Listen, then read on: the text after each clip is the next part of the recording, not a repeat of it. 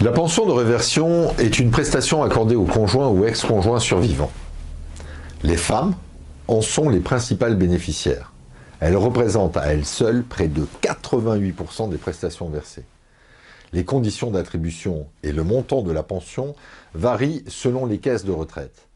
Mais il est commun à tous les régimes que seuls les conjoints ou ex-conjoints ont droit à la pension de réversion.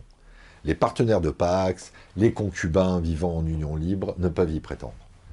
La pension de réversion du régime de retraite de base est accordée aux conjoints, quel que soit le statut de la personne, qu'elle soit salariée, travailleur indépendant, profession libérale ou fonctionnaire.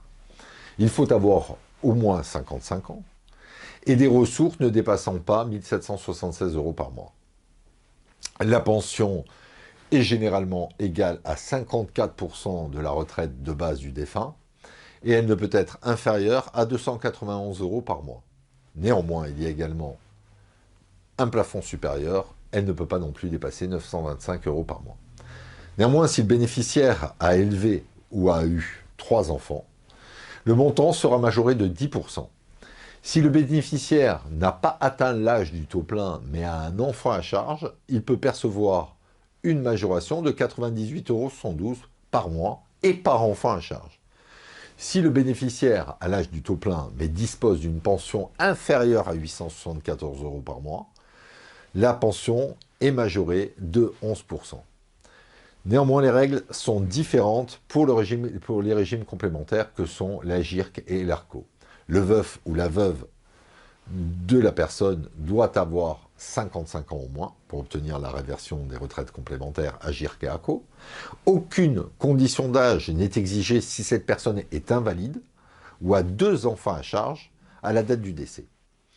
La pension est accordée sans condition de ressources et représente 60% de la retraite complémentaire du défunt. Maintenant, si le bénéficiaire a été marié plusieurs fois, eh bien la pension est partagée au prorata entre le veuf entre les veufs ou les veuves. Si le bénéficiaire se remarie, la pension de réversion est totalement supprimée, mais peut à nouveau être perçue s'il vit en couple sans être marié.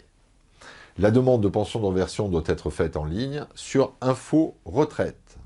Donc, en conclusion, le montant de la pension de réversion 1. Dépend des caisses de retraite auxquelles le défunt était affilié et des conditions spécifiques à chaque régime.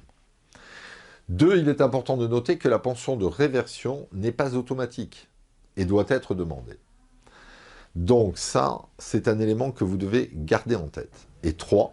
Il est recommandé de se renseigner auprès des caisses de retraite pour connaître les règles et les démarches à suivre pour bénéficier de cette prestation. Voilà, j'espère que cette vidéo vous aura été utile. Moi, en tout cas, j'ai été enchanté de passer ces quelques minutes avec vous.